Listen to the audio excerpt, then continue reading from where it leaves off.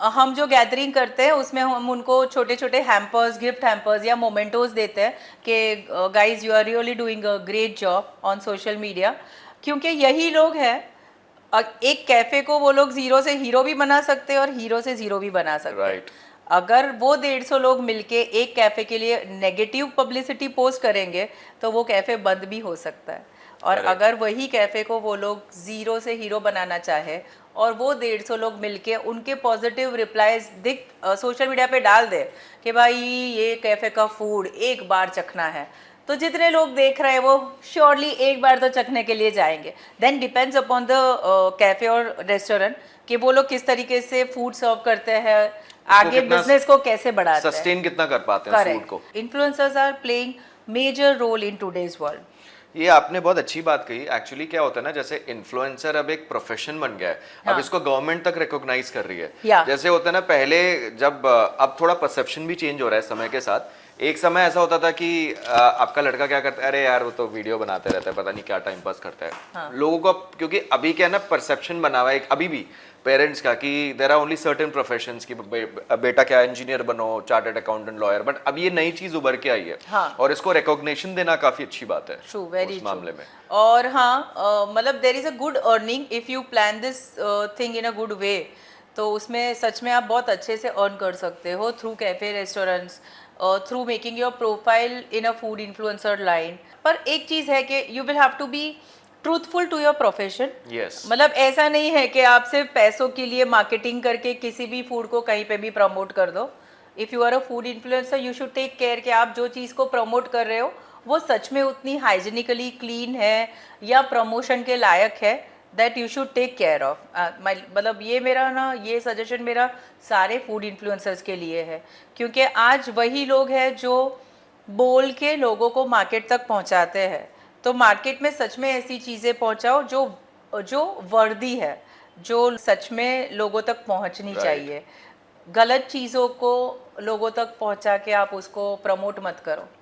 वो मतलब उतनी वर्थ होनी चाहिए। होता क्या है ना, ये जैसे आपने एक पॉइंट कहा कि जब शुरुआत में आते हैं ना, तो शुरुआत में एक होता है नंबर्स कि थोड़ा चलो पैसा भी कमाना है। हाँ. अब कोई ऐसा फूड आउटलेट आ गया आपके पास हाँ. जिसकी एम्बियंस जो है, मतलब मैं तो स्पेसिफिकली से डायरेक्टली किचन में कॉकरोच घूम रहे हैं, सब हो रहा है, कोई हाँ. हाइजीन नहीं है, कुछ नहीं है, बट हाँ. उसके उसको क्या पैसा मिल रहा है, चलो ठीक है ले लेते हैं काम। हाँ, correct. वो नहीं करना चाहिए आपके साथ। Correct, very true. At least there has to be some decency, ambience Yes. होना चाहिए, क्वालिटी होनी चाहिए। Yes. क्योंकि फूड एक बहुत सेंसिटिव चीज भी है, इट्स अ नेसेसिटी।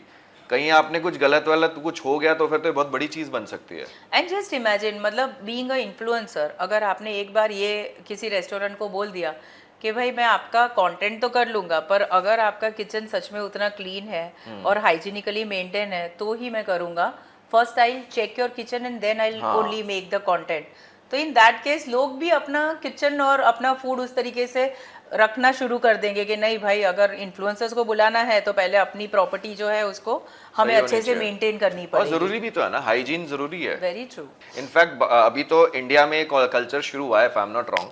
बाहर की कंट्रीज में तो जो आप किसी रेस्टोरेंट में जाते हो, आपके पास ये कहते हैं ना, आप यू हैव द राइट कि आप किसी किचन में जाके चेक कर सकते हो। ये वहां तो चलो, बाहर तो बहुत ही लोग हाइजीन है, ऐसा नहीं यहाँ पे नहीं, यहाँ पे है, बट ये होता है कि ये थोड़ा और ज्यादा लोग इसके बारे में सेंसिटिव हो रहे हैं। One more thing, in specifically talking about influencer campaigns, या जैसे आपने जिक्र किया आपके जो भी क्लाइंट्स हैं मुंबई से भी हैं यहाँ से, बट आपने सबसे ज्यादा जो एक offline in terms of promotion, in terms of presence, कौन कौन सी रेडियसेस को आपने सर्व किया है, अगर मैं स्पेसिफिकली जैसे गुजरात की बात करूं? So, if you talk about business of production house, Yes, हम production लोग गुजरात से, मुंबई से, चेन्नई से, Okay. मतलब काफ़ी सारी सिटीज़ है, और ऑस्ट्रेलिया से भी एक क्लाइंट है उसका भी काम करते हैं। Okay. और you might know milky miss based eight Chennai, उनका भी हम काम करते हैं। वेकफील्ड फ्रॉम दिल्ली, उनका भी हम काम करते हैं। Ajanta from Delhi. Shark Tank में एक ब्रांड आई थी Zoff masala, they are from UP, और उनका भी हम काम करते हैं। तो there are an number of clients from all over the India और वर्ल्ड यू कैन से, क्योंकि सोशल मीडिया हैंडल करने के लिए फेस टू फेस सामने रहना ज़रूरी नहीं है। हम क्लाइंट के साथ ऑनलाइन गूगल मीटिंग्स अरेंज करते हैं, उनका जो भी पोर्टफोलियो है वो समझ लेते हैं।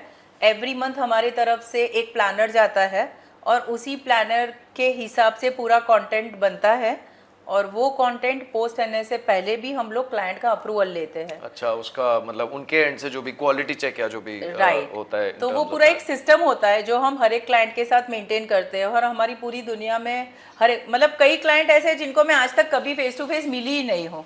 If I talk about Joff, if I talk about Milky Mist, इन लोगों से मैं रूबरू में या ऑफलाइन कभी नहीं मिली हूँ। हमारी सिर्फ कॉल पे बात हुई है, ज़्यादा से ज़्यादा हमारी जूम मीटिंग्स हुई है और हम लोग पूरा का पूरा काम उनसे समझते हैं और मेरी टीम पूरा काम प्लानर के हिसाब से डिलीवर कर देती है। तो ये तो हो गई उनकी ऑनलाइन कैंपेन्स। एक होता है कि जब आप फिजिकली जाके शूट करते हो, वो अभी मोस्टली गुजरात में काम हो रहा है। हाँ